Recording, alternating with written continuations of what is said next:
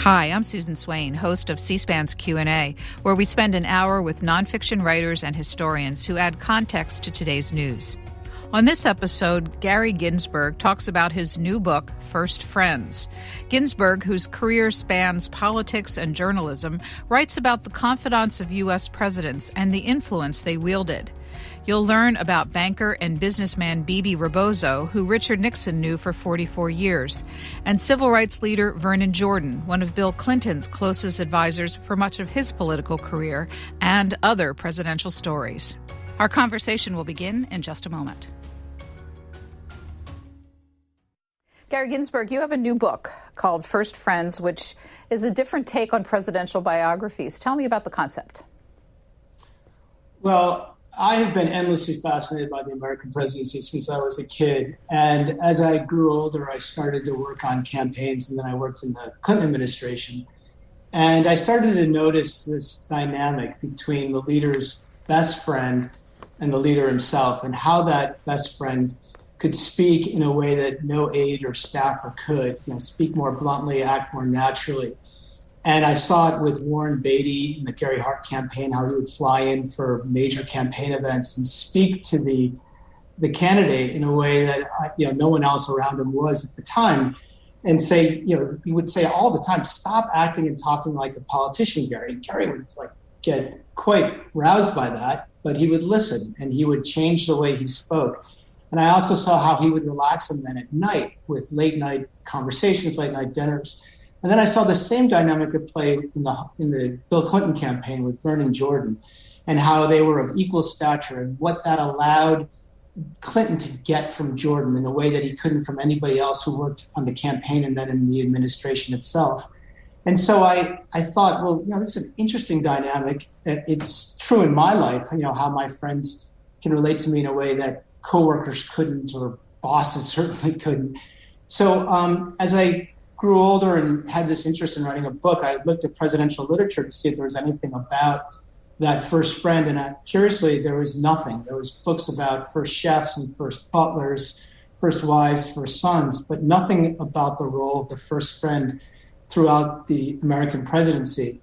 So I saw the niche, and I decided it's a really interesting new lens into understanding the men who've occupied that job, and how it's affected him emotionally as well as substantively, and in many cases affected real decisions. How did you ultimately make the decisions about the 9 that would be included? Well, I knew I wanted to write about Bill Clinton, having worked for him and having, as I said, witnessed the Vernon Jordan relationship. And he was the one president I obviously could ask, who was your best friend? And Bill Clinton, as many of your viewers know, had a lot of friends. He had the Friends of Bill during the 1992 campaign, who rescued him during the New Hampshire primary when his campaign was teetering. So I called him. He was interested in the idea. I said, "Would you pick your first friend?" He came back a few weeks later and said, "It's Vernon Jordan." And I was fortunate because I had already spoken to Vernon Jordan about his relationship with Bill Clinton. So I was quite fortunate to have that merging.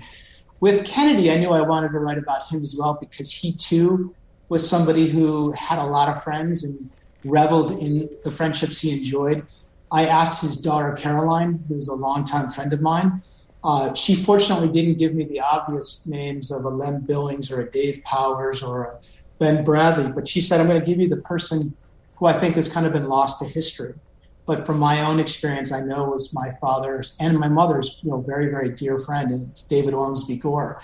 And it took me a while to figure out the story. You had to kind of dig for it, but when I discovered it, it was a real joy. And I hope, it was one of the more, I think, substantive chapters in the sense of the role that Ormsby Gore plays in Kennedy's both life personally as well as his presidency.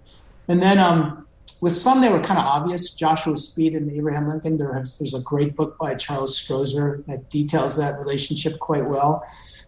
Colonel House was another obvious choice, although there has never been a book about just their friendship. There have been biographies of House, but not about his specific relationship just with Wilson in the context of, in some kind of digestible form.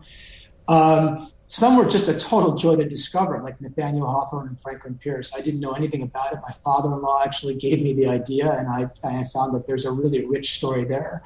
In Madison Jefferson, you know each of them individually, but I had no appreciation for the dynamic at play that allowed each of them to become who they were because of a friendship. Having a friendship doesn't seem to necessarily guarantee a successful presidency, however. Is that right? I agree. Yeah. And I say that in the book. I said, presidents who enjoy first friends, I think, are the better for it, and so is our country. But it is not by any stretch a prerequisite for a successful presidency, nor is it a measure. If one has a lot of friends like George W. Bush, it doesn't mean you're going to have a successful presidency, unfortunately, in his case.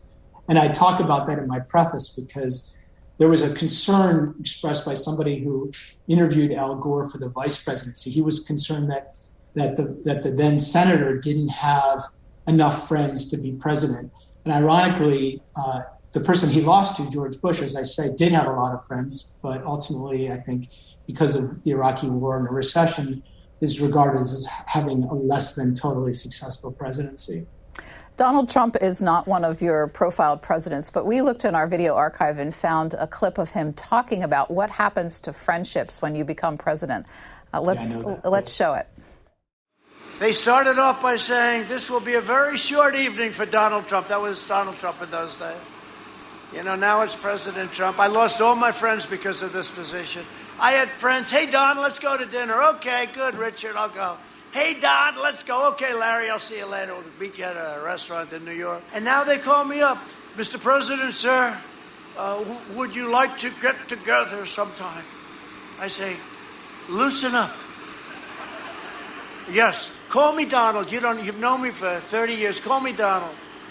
Oh, thank you so much. Thank you, Mr. President. I appreciate it. No, I lost all my friends because it's respect for the office. Let's face it.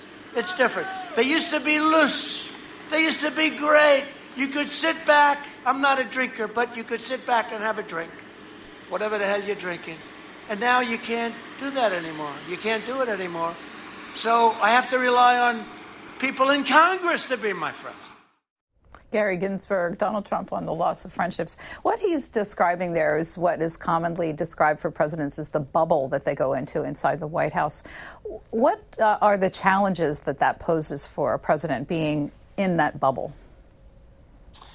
Well, can I go back to Trump for a second? Sure. I saw that clip, and it made me really want to do a chapter on Donald Trump and his first friend.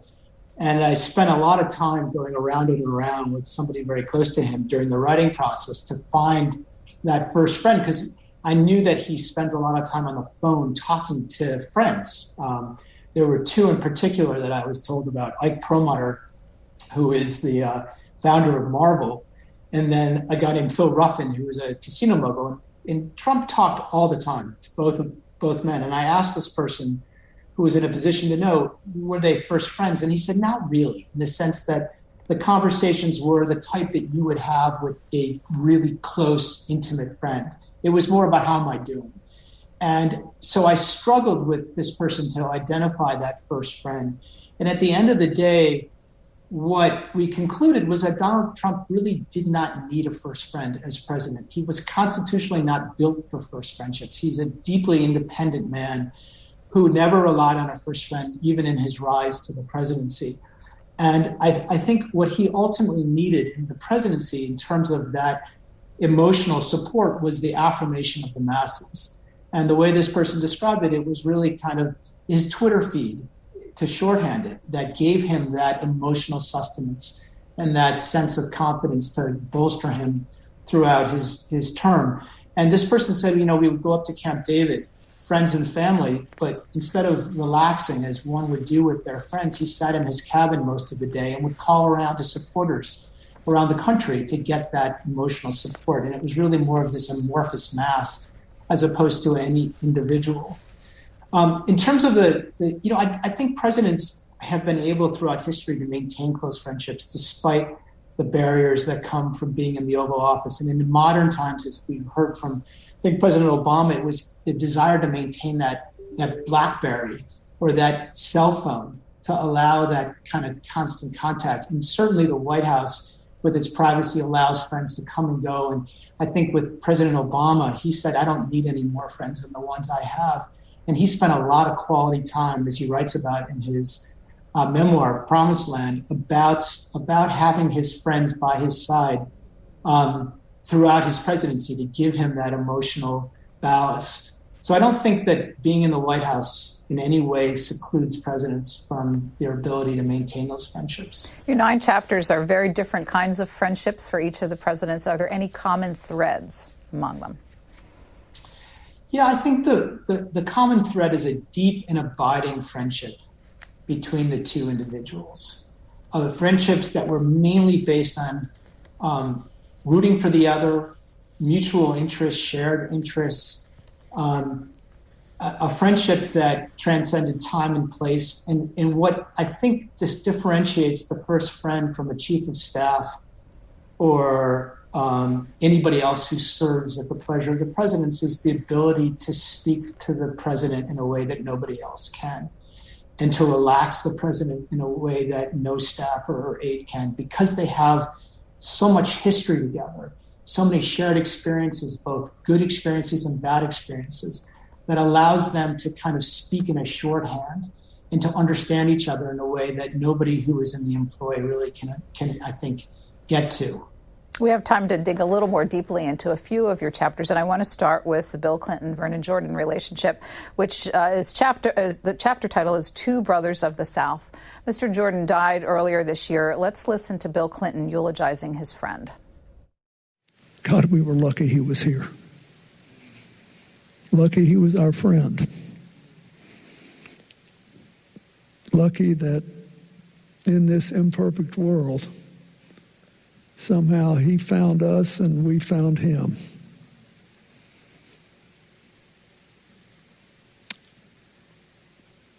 When they closed that coffin today, I felt like a part of my heart was going to be pulled out of my body. I felt like a man who had loved my wife and daughter with honor and helped them in a way I will never be able to describe, all the while doing everything else he was supposed to do. I just didn't want to let him go. Gary Ginsberg, reaction? Yeah, it was a very emotional moment for the president. I spoke to him after the funeral, and he felt that loss quite profoundly, and I think he still does 4 months later. It was an extraordinary friendship. I write, it's the longest chapter in my book, in part because I was able to speak to both the president and the friend. I was able to speak to the First Lady and her extraordinary friendship with Vernon Jordan.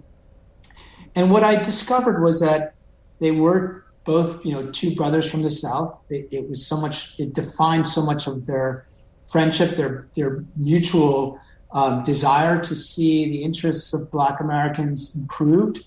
Vernon Jordan worked, for 22 years, becoming a civil rights icon. At the same time that Bill Clinton, as governor of Arkansas, was passing a lot of progressive legislation to improve the lives of Black Arkansans. And so they were bonded by a lot of shared interests, civil rights.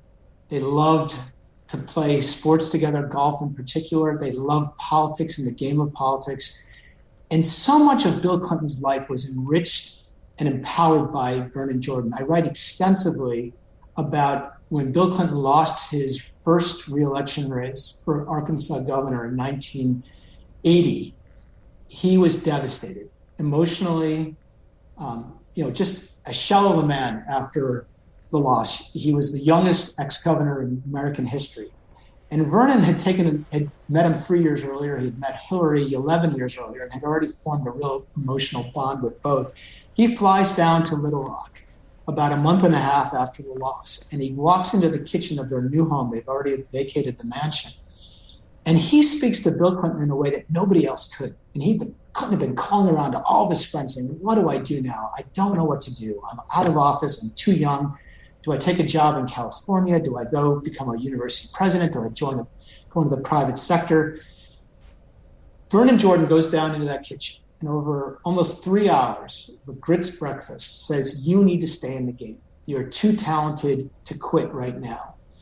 And he got through to Bill Clinton in a way nobody else did. And Bill Clinton at the end of that breakfast said, okay, I hear you. I'm going to stay in the game.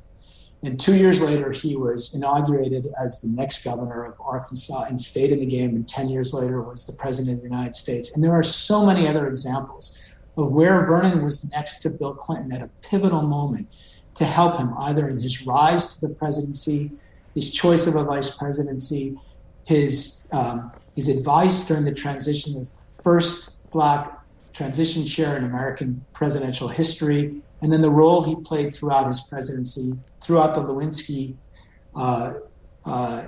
impeachment, and then in his final 20 years after his presidency, which leads to that beautiful eulogy at his funeral in March. Talk a bit about his role as the Presidential Transition Committee chair and how important it was to guide the selections for the people who would serve in the Clinton administration. So it really begins with the vice presidential selection. I was one of the kind of junior lawyers that were assigned to vetting different candidates. He was the vice chair, and he was the person that Clinton kind of entrusted with making the first 3 calls to the 3 candidates that he really wanted that were on his true shortlist. And I don't think it's ever been disclosed before in a book, but his first choice was not Al Gore. His first choice was, depending on who you talk to, either Bill Bradley or Jay Rockefeller. Vernon told me it was Jay Rockefeller. Clinton says no, it was Bill Bradley. But Vernon made the calls. Both Senator Bradley and Senator Jay Rockefeller both declined to run. Jay Rockefeller, interestingly, said, I think you're going to lose, and I'm going to run for president in 96. Not the greatest choice. Bill Bradley just didn't want to be vice president and turned it down in a meeting with Warren Christopher early in the process. And then Vernon called his very good friend Colin Powell and said, Governor Clinton wants to run with you. Are you interested? And Colin Powell didn't want to run. So then it went to the longer list, and Vernon was obviously a very key voice around the governor, ultimately picking Al Gore, who ended up being a great vice president. In the transition, what was interesting is that Bill Clinton wanted Vernon Jordan to be his attorney general. And he has him come down in late November of 92. And they sit in the back porch of the mansion. And he says, Vernon, I need you to be my attorney general. You will be the best attorney general I can have. There had been 77 white attorneys general until then. He wanted to break that. He wanted somebody of color or a woman. He really wanted Vernon. And Vernon said to him, no, I can be more valuable to you as your first friend. And he was throughout the presidency. Whenever Clinton had a really thorny problem, he would say, call Vernon, and Vernon would come, and Vernon would give great advice. On the transition itself, to your question, I'm sorry it takes so long getting to it, but he said to Vernon, I want the most diverse administration in history. And Vernon made sure that, in fact, in terms of the number of people of color, Latinos, women, it was the most diverse up till that time. They have become even more diverse since the Clinton presidency, but at that point, he was able to achieve his campaign promise of having the most diverse administration. You referenced Whitewater and the Ken Starr investigation, and we have a clip because it is not the only chapter in which a first friend faces some legal or certainly public relations challenges from their associations with presidents, and Vernon Jordan was one of those. Here he is in January of 1998 on the Clinton-Monica Lewinsky affair.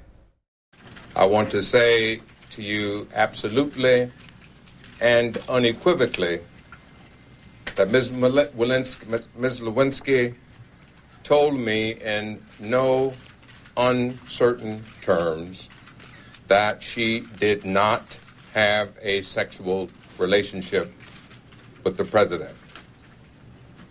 At no time did I ever say, suggest, or intimate to her that she should lie. Gary Ginsberg, you write that there are some permanently unresolved questions about Vernon Jordan's role. What is known? Well, what is known is what was in the Starr report. The Starr report found no evidence that he had obstructed justice by offering her a job.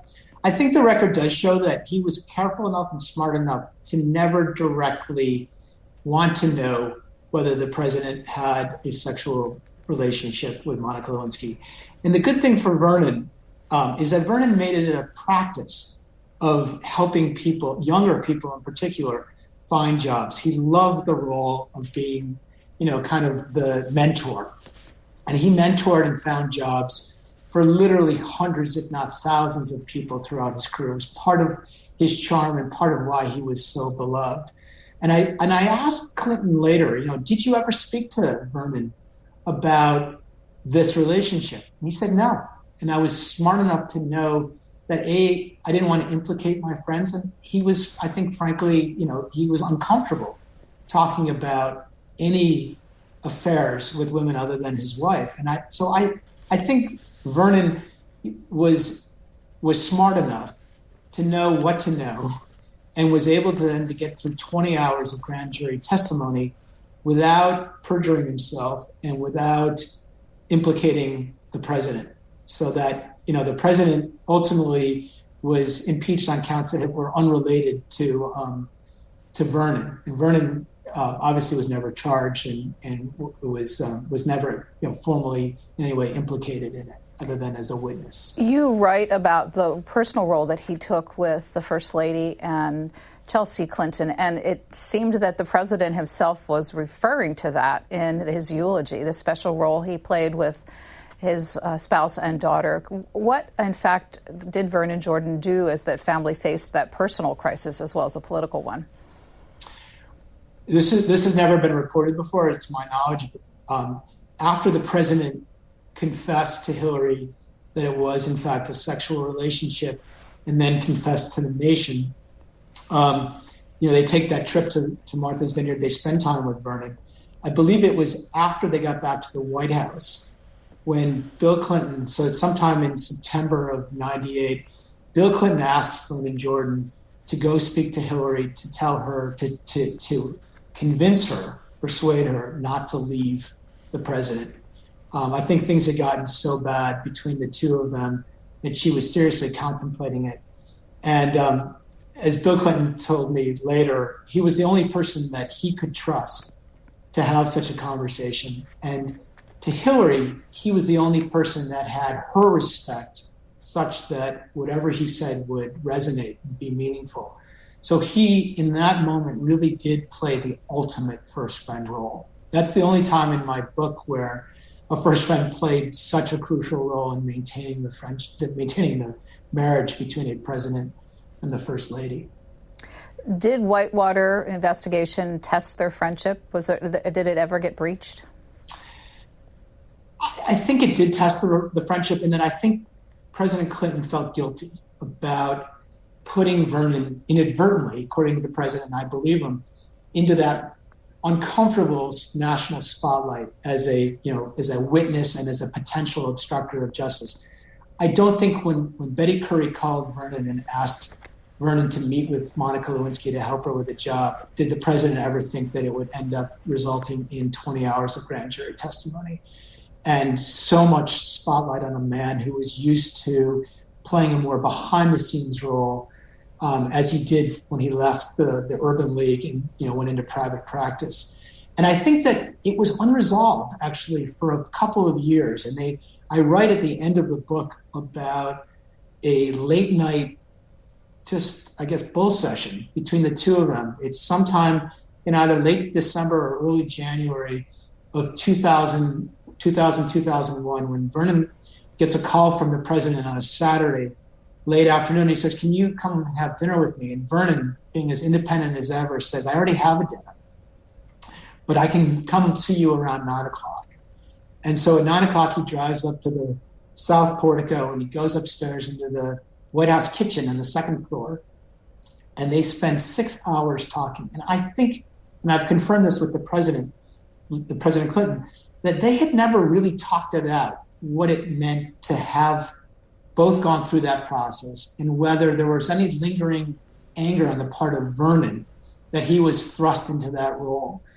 And I think it was really important for President Clinton to have that 6 hours over a $10,000 bottle of wine, which I think Vernon did most of the drinking because the president doesn't drink, or they may have just wasted a $10,000 bottle. But it was really important to President Clinton that he air it out and that he, I think, was reassured at the end of that 6 hours that Vernon did not hold it against him, that Vernon did not think that Bill Clinton had intentionally put him in harm's way by helping find Monica Lewinsky a job in New York. And as I write at the end of my book, Vernon gets back in his red Cadillac convertible and he starts driving down the south driveway. And he's overcome with emotion, realizing that he has just left the White House, probably for the last time, with his closest friend in the world, the most powerful man on the planet, having this no-holds-barred conversation for 6 hours. And he's halfway down the driveway when his eyes start to well up with tears. And he realizes, here I am, the son of a postman, grew up in the first public housing project in the United States, and I just had this conversation.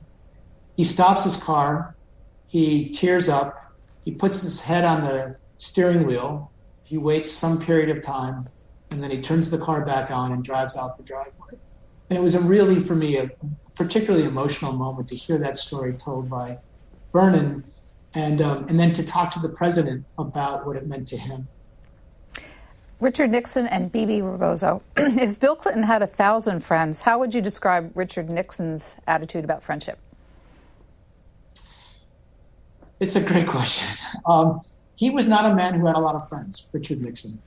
Dwight Eisenhower, I found this great anecdote. He goes to visit his vice president in the 50s. He's in the hospital for a couple of days. And he comes back from the hospital and he says to his assistant, it's the damnedest thing. He has nobody around him. How could a man who's in such a position of authority have no friends? And, if you look at Richard Nixon's life, he had Bebe as his first friend. He had one or two other friends that, would qualify in a conventional sense of friendship. But as somebody said, his first friend was really his yellow legal pad. That was the person he felt, or the object that he felt most comfortable with. But with Bebe Rebozo, it was really a study of contrasts. Nixon was this intellectual. He was dark and brooding. Rebozo was a high school graduate whose first job was as an airline steward. But somehow it worked. And I think it worked because Nixon had enough common sense to know that he needed a friend to break him from his moodiness. Nixon could sit in silence for hours with Bebe, and they often did sit in silence. But Bebe knew just the right moment to interject with a quip, with an anecdote, to break that kind of moodiness and lift Nixon back into the world. And that was the role he played. He was his raconteur, he was his entertainer, he was his chef. They would mix martinis together, they would grill steaks together, they would take boat rides together. They would sit at Camp David weekend after weekend and watch movies and get drunk. Frankly, there's a great anecdote in my book about how they just tied one on one night while Henry Kissinger is back at the White House trying to figure out how to bomb Cambodia. And finally, he just puts Bebe on the phone, and they're both pretty sloshed. And Bebe says, hey, Henry, it's your ass if this doesn't work out well. And this is to the future Secretary of State. It was a pretty astonishing moment for Kissinger, who retold the story for years and years afterward. And then ultimately, it's a story of loyalty that doesn't have any boundaries. When Nixon asks Rebozo to help aid and abet his most nefarious schemes to secure his power and hurt and punish his enemies, and he takes a $100,000 bribe from Howard Hughes in 1970. And as I write in my chapter, I think that is the impetus for the later bugging of the DNC headquarters at Watergate and then Nixon's impeachment and resignation. We have people listening to this will know that Richard Nixon taped his Oval Office calls, and we have one from 1972 where the two men are talking, and it's really just a way to listen to the rapport between the two of them. Let's play it. I tell you, they just didn't dream that you would do this. it's an election year. Yeah. Well, it'll of course probably, as they've already said, most people think it'll sink the Russian summit, but I don't think so. But if it does, what the hell? I don't think it will. I think they're going to want it all the more. Well, I don't know. You didn't say a thing about China. I tell you, it was just a magnificent thing. I've never had such a reaction on any film. Never. My phone was ringing off the hook. When people don't normally call, they might express themselves later. But it was just a phenomenal thing, and the reaction, it just... The call's all male. I told Bob... Happened I told Bob Haldeman last night, one woman called, and I didn't know whether she was drunk or just emotional, crying. And I don't know who she was. I didn't want to ask her. And how she got my home number, I don't know. Probably got it off of the wall of some toilet. Really easy conversation between the two of them. So yes. What do you make of that level of conversation? Yeah, I think that was very typical of their relationship. You hear the cheerleading, right? I haven't gotten so many calls. Everybody loved it. That was his role. He was there to provide uplift. As I say, to be a cheerleader. Pat Nixon was quite disparaging of it. She described Bebe as, quote, a sponge, that he never gave Nixon a hard time. He never fought back. Interestingly, though, I found one example where he did, and I give him more credit than he probably has received for his first friendship. In 1967, Nixon's struggling with whether to run for the presidency in 1968. And Bebe Rebozo is so ingrained as first friend. He's exceedingly close, not only to Nixon, but to Pat and the two daughters. He's basically, he's the godfather to Trisha's son. He's very close to Trisha. And what I read in my book is that he says to Nixon, don't run.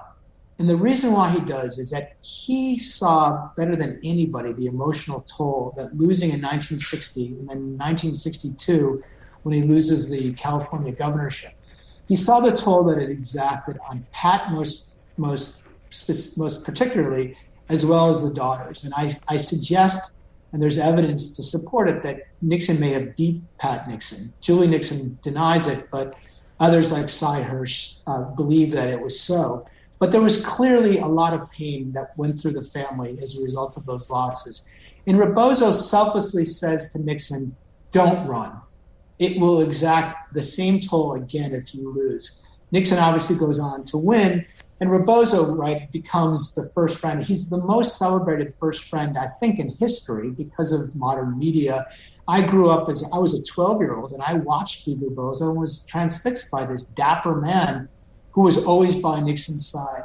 But I think he did provide Nixon with a respite and an emotional companionship that he certainly never had with Pat and didn't have with any other figure in his life. How should we process this one factoid that you report in the book? From Nixon's second inaugural to his resignation, in the space of 20 months, Richard Nixon took 60 separate trips to Camp David, Key Biscayne, or San Clemente, with Bebe Rebozo as his sole companion. Yes, I mean, that goes to the point. I don't think he had any kind of relationship with his wife. Bebe was the perfect companion. He spoke when Nixon wanted to converse. He stayed silent when Nixon didn't. I talked to somebody very close to Richard Nixon who witnessed this relationship throughout. And he said that the reason why Nixon liked him is even though Nixon was the intellectual and Bebe was the anti-intellectual, when he was down, he didn't want to engage intellectually. He didn't want to engage socially. He just needed to be on his own. And essentially by being with Rebozo, he was on his own because Rebozo could just sit there with him. There's a great anecdote that John Dean tells me where the Secret Service was upset because Rebozo insisted on driving cars when Nixon was president and driving the boat. And the Secret Service goes to John Dean, the White House counsel, and says, that's against protocol. We got to drive the boat. We got to drive the car. Dean works out a compromise where Rebozo will drive the boat, but the Secret Service agent will sit up above the boat. So they go off on a boat trip, and it's an hour into the boat trip, and the Secret Service agent doesn't hear a word from below. It's like, this is so odd. These two guys are going out for a boat ride and not a word's been exchanged. So he climbs down, he peers into the stateroom, and there's two men literally just sitting there, just staring out at the sea and not saying a word. He watches for another hour. Nothing is exchanged. So the Secret Service agent goes back and he tells Dean this. And Dean's fascinated. It's like, how does that work? So he calls up the agents who do the walks in San Clemente. He says, what do you witness when the two take these long walks on the beach? And the same thing is told to John Dean. They walk in silence. But Nixon, as I said, had enough sense to know that left entirely alone, he would get too dark and he would play to his worst angels or his worst fears and his worst instincts. So he at least wanted companionship around, and the companionship knew when to interject to make sure he didn't descend to too great a depth. What happened to Mr. Rebozo over the legal issues you referenced? He ultimately only paid an IRS fine for unreported income from this $100,000 bribe that he took from Howard Hughes. Some of that money went to Nixon for a putting green and other home amenities. Some went to Rosemary Woods. Some went to Nixon's valet. And as I said in my book, I really think that Nixon was so paranoid about this loan and what Larry O'Brien knew, because Larry O'Brien had been a PR consultant to Howard Hughes when that loan was made or that bribe was made. And Nixon was afraid that he had the goods and was going to use it. And I think that was part of why he wanted his office bugged. There's been no definitive evidence to show that, but there's enough in the Senate report that was eventually, it came to light in 2005 that Terry Lenzner also writes about in a book, to suggest that Nixon was so afraid of that coming to light that he bugged the headquarters. Did the friendship survive Watergate? It did. And I end the chapter with an anecdote where Nixon goes to a charity event that Rebozo is holding to speak for him, and they were best friends right until the end. And in fact, I was going to end it with a different conclusion where Rebozo was basically making sure that Pat Nixon could be buried at the library. There was a California law that prohibited that because Nixon really wanted Pat buried there. And then he ultimately wanted himself to be buried there. Rebozo played the same role in Nixon's post-presidency that he played during his presidency. He was the best friend right till the end. We have 20 minutes left in our conversation, and I want to spend 10 minutes on two presidents whose first friends had significant foreign policy implications. The first is Harry Truman and Eddie Jacobson. We're going to listen to Harry Truman talking about Harry Jacobson and prejudice against Jewish people in this clip from the early 1960s. I found in the United States a lot of bigotry and opposition to Jews as such, which I could never understand for the simple reason that the Jewish people gave us our moral code entirely. And I had a partner when I first got out of the White House and moved back to Kansas City, a fellow by the name of Eddie Jacobson. And he and I started a haberdashery store, and we went broke and lost a lot of money. I furnished the money, and Eddie furnished the know-how. But when we went broke, why, they forced Eddie into bankruptcy. They couldn't put me into bankruptcy because I was on the county court. That was long before I was president of the United States. I said it was afterwards, but it was before. And, of course, when the thing was all over and Eddie became prosperous after that, he met his share of those losses. And that's my idea of a good Jew. Gary Ginsberg, what was the nature of their relationship? So they met in 1903 when Truman was a bank teller and Eddie was a 16-year-old running down to the bank to deposit on behalf of a company that he was working for. They didn't really stay in touch for the next 14 years. They then meet in the Army. They're both training to go over to Europe. They're in the same unit. And Eddie had a real way with making money. And he figures out how to professionalize the canteen that Truman, as kind of the leader of the group, was in charge of. And they have two successful businesses that I write about in the chapter. So when they come back from the war, they're friends, they're business associates, and they decide, let's start this haberdashery, as Truman just says in that clip. And it's a failure, not because they didn't know what they were doing, it's because commodity prices dropped in the early 1920s and people lost their ability to buy nice shirts and ties.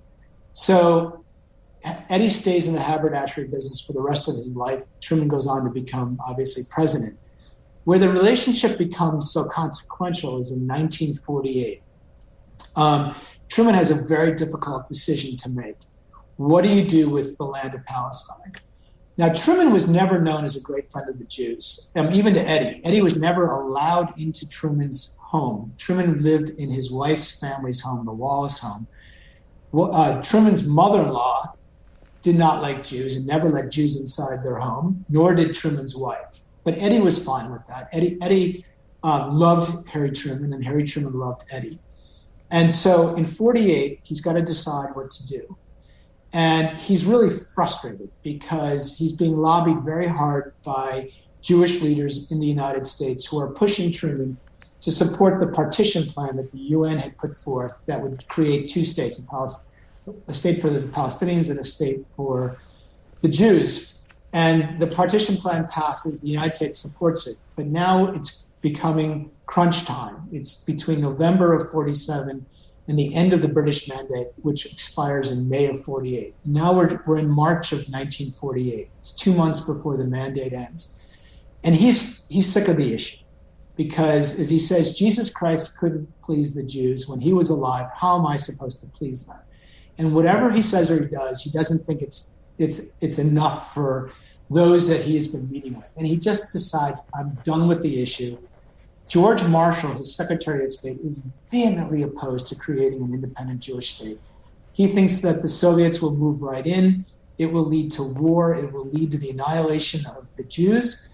And it won't serve American interests because the Soviets will be in the sphere and because oil may be cut off from American consumers. So Marshall's against it, as is the State Department. Truman has been supporting the resettlement of Jewish refugees into Israel. And as you heard in that clip, he has a real affinity for the Jewish people as a man of the Bible. So he's frustrated. He's not going to deal with it. Eddie Jacobson gets a phone call saying, fly halfway across the country. You got to lobby Harry Truman to see Chaim Weizmann, who's the most important person advocating for a Jewish state. He's sitting in New York. He's waiting to make his pitch. Everybody in the Zionist cause knows that unless he sees Chaim Weizmann, he's never going to get to a decision to support a state.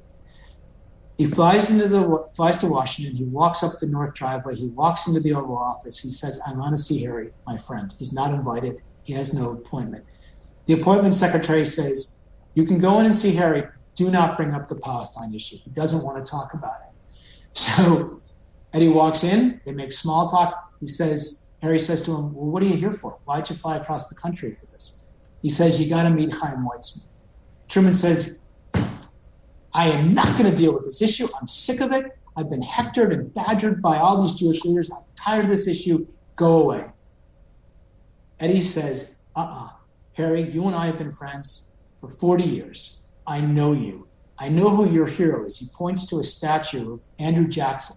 And he says, what would Andrew Jackson do? What were the values that Andrew Jackson held? You have a hero in Andrew Jackson. I have a hero in Chaim Weizmann. You owe it to yourself, and you owe it to me, and you owe it to the Jewish people to see Chaim Weizmann. You have to do it. So now Truman turns his back to Eddie. He strums his fingers against the desk, turns back around, and he says, all right, you win, you goddamn son of a bee. I'll see him. He sees Chaim Weizmann 9 days later, and then 2 months later, he is the first foreign leader to recognize an independent state of Israel 11 minutes after it's declared in Tel Aviv. It's I think the most dramatic moment of a friend being able to speak to a leader to affect world history. Well, in close running, I'd say, is the story you referenced earlier of Jack Kennedy and David Ormsby Gore and the Cuban Missile Crisis. How did a man who was the British ambassador to the United States play such a consequential role in that pivotal moment in that presidency? the reason it was born of a 25-year friendship, a friendship of mutual interests. They met as early 20-something men in pre-war London. They loved to talk fast. They loved to play fast. They loved to carouse. They loved to play golf. And they loved to argue. They loved to argue about what is the role of a leader in a democracy. Is it to lead and not worry about where the electorate's sentiments are? Like a Churchill who said, we have to rearm, and I don't care if the British voters are tired of war. The Germans are rearming, and we have to rearm now?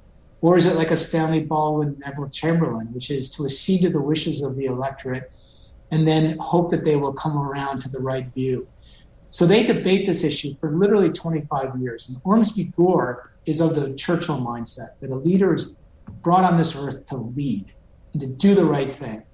And so by the time that Kennedy has to confront the Cuban Missile Crisis, he's been the beneficiary of Ormsby Gore's really shrewd advice as somebody in the British Foreign Ministry who had risen up negotiating with the Soviets over nuclear disarmament. So he had a really great window into the mindset of the Soviet Union. And Kennedy had relied on him in 1958 when he's running for re-election against Cabot Lodge, and then in 1960 when he's running for president. He becomes his most important foreign policy advisor on the campaign as a British citizen, as you say. So now it's 1962, and it's day 5 of the Cuban Missile Crisis. And I begin my chapter with Kennedy getting this phone call from his brother saying, we got to decide whether to blockade or bomb. We got to decide what to do. So Kennedy goes back to the White House, and he issues 4 orders of what he's going to do over the next 24 hours. And the 4th order is, I want to see David Ormsby Gore in the White House on Sunday morning. That's day 6. So Gore comes to the White House that Sunday morning, and he's ushered into the residence, and he sees Kennedy. And Kennedy says, I need your advice now more than ever. We've been debating these issues in hypotheticals and abstracts for 25 years. Now it's the future of mankind at stake. And they have a no-holds-barred conversation. Should I bomb or blockade? And Ormsby Gore is of the firm mind that you got to blockade. And then over dinner that night, they discuss, how am I going to discuss this with the American people in my national address the next day? And Ormsby Gore gives him language to use. 2 days later, he's back in the White House. They have a long scheduled dinner. At the end of that dinner, he goes to the Long Gallery, and they spend hours. And I write at length about this. And here's the British ambassador. He says to the president, he's the ambassador, He's the ambassador. And he says to the president, look, your speech last night did not play in Europe. No one believes you. They don't believe the CIA. You have to put out evidentiary proof that these missiles really do exist. So Kennedy calls down, he says, I want all the pictures of the missile sites. And the 2 of them are crouched on the floor in the Long Gallery, actually looking at which pictures to release to the public the next day. And then Ormsby Gore starts talking about the blockade. He wants to know the specifics. Is it how many miles offshore of Cuba is it? He's told it's 800 miles. And Ormsby Gore says, I think that doesn't give the British the Soviet ships enough time to really think about the consequences of breaking the blockade. Let's move in the perimeter to 500 miles, give them more time. Kennedy's really intrigued by that.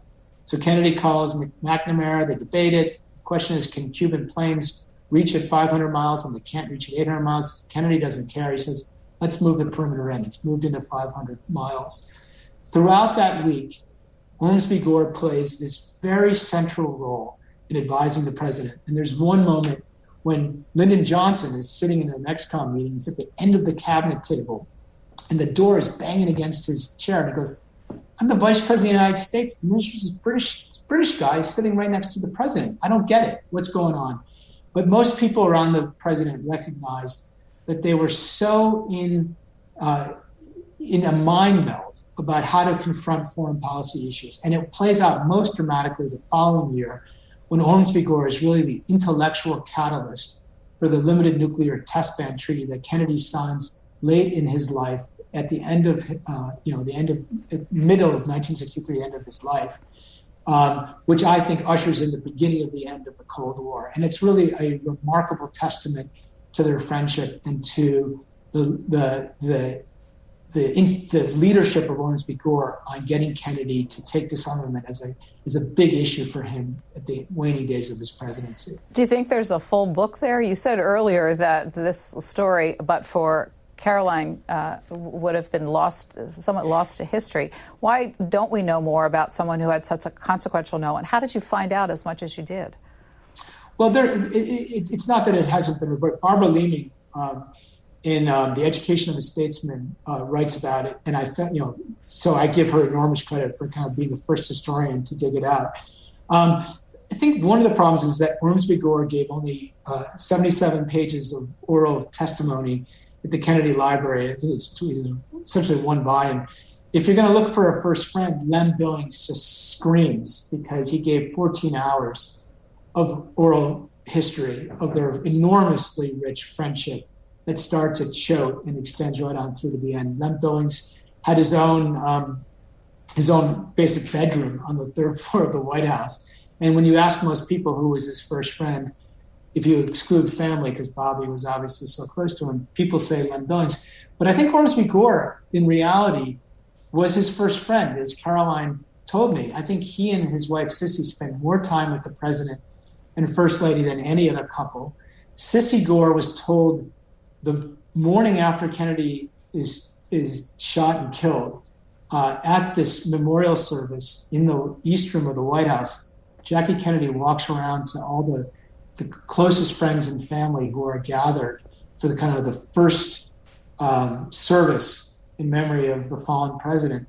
And in a whisper, she says to Sissy Gore, "You would have been the godmother to our son Patrick had he lived." They didn't know that because Patrick died a couple of days after being born. They were that close. And Caroline had known that and had told me that when she was telling me that Ormsby Gore was so close to her father and mother. And I think what gives it such an added dimension is they weren't just great pals, but that this friendship had such an impact on history, both in his intellectual kind of development as a statesman, John Kennedy, and then in his performance as president, as we saw both in the Cuban Missile Crisis and then in the Limited Nuclear Test Ban Treaty. Here was a surprise line. Later on, Ormsby Gore proposed to Jacqueline Kennedy. He did, and I was not aware of that. He did. We only know about that because letters that were exchanged between the First Lady, the former First Lady, and Ormsby Gore were discovered in a trunk in 2017 at the Gore estate, the Harlech estate, and the family chose to put them up for auction, and they were auctioned off at pretty princely sums. And in that correspondence was a letter from Ormsby Gore to Jackie saying, "I want to marry you," and a letter back from Jackie, which I quote in the chapter, where she says, "There's just too much shared pain between us to ever find joy. And if we're going to find that joy, we have to do it apart from each other," which is a remarkable testament to, I think, the real respect and love that they shared between the two, but the emotional maturity of Jackie to realize that they were so consumed by their shared grief over the loss of the president to ever really, truly revel in each other's presence without that looming over them. What had happened to his wife? His wife died in a car accident. And Ormsby Gore, for such a brilliant, talented man, lived such a life of tragedy. His older brother dies in a car accident. Ormsby Gore himself loved to drive cars very fast. His wife dies in a car accident. He himself dies in a car accident at the age of 65 in the mid-'80s. He loses multiple children to suicides or overdoses. I talked to his daughter Jane, who's a delightful woman. She's in her 70s. She was the inspiration for Lady Jane from the Rolling Stones. She had a sister who was engaged to Eric Clapton. It was a fascinating family. I'd love to go over there and actually meet them. It's a lordship. It's the Harlech family. He was a lord in waiting, David Ormsby Gore. He didn't want to be a lord. His older brother, as I say, died, and so he naturally fell to him as the second son. And he ultimately does serve in the House of Lords and is a lord. But, I think his defining moment was really being this first friend of John Kennedy and helping shape the relationship so profoundly between Great Britain and the United States during the early 60s. It was a really special time for a special relationship. Gary Ginsberg, we have about 3-4 minutes left, and kind of put some closing thoughts on this. You've been interested in the presidency, you write, since elementary school. You've worked around presidents and presidential candidates. Did working on this project change your view of the office in any way? Yes. Just of how lonely it is. And I think I was struck by that with FDR, whom we don't speak about. But here he is. The last thing you would think about FDR is a lonely man. His son obviously recognized it because he subtitles his memoir of his father, A Lonely Man.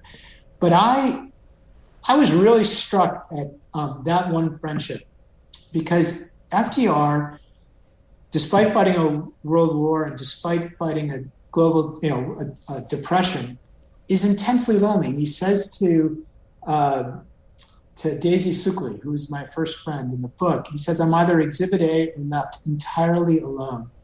And I think all presidents, to some extent, feel that. Now, I think it was particularly difficult for Roosevelt because he had absolutely no home life. Eleanor was a great crusader for the causes she cared about, and she was often away from the White House.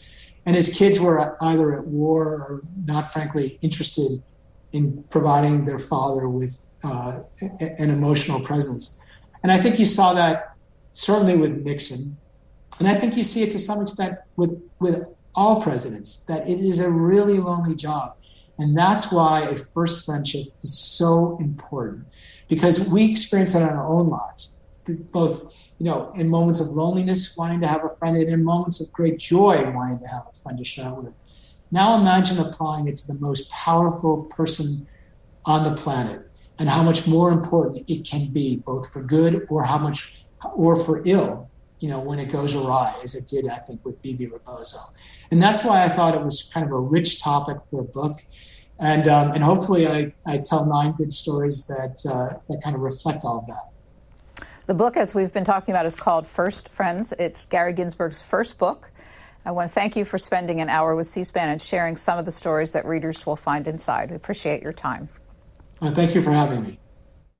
Thanks for listening to C-SPAN's Q&A, and subscribe to us wherever you get your podcasts so you'll never miss an episode. And while you're there, please take a minute to rate and review us. You can also send us an email about Q&A at podcasts@c-span.org. Send me your questions, your comments, or ideas. Your feedback is welcome.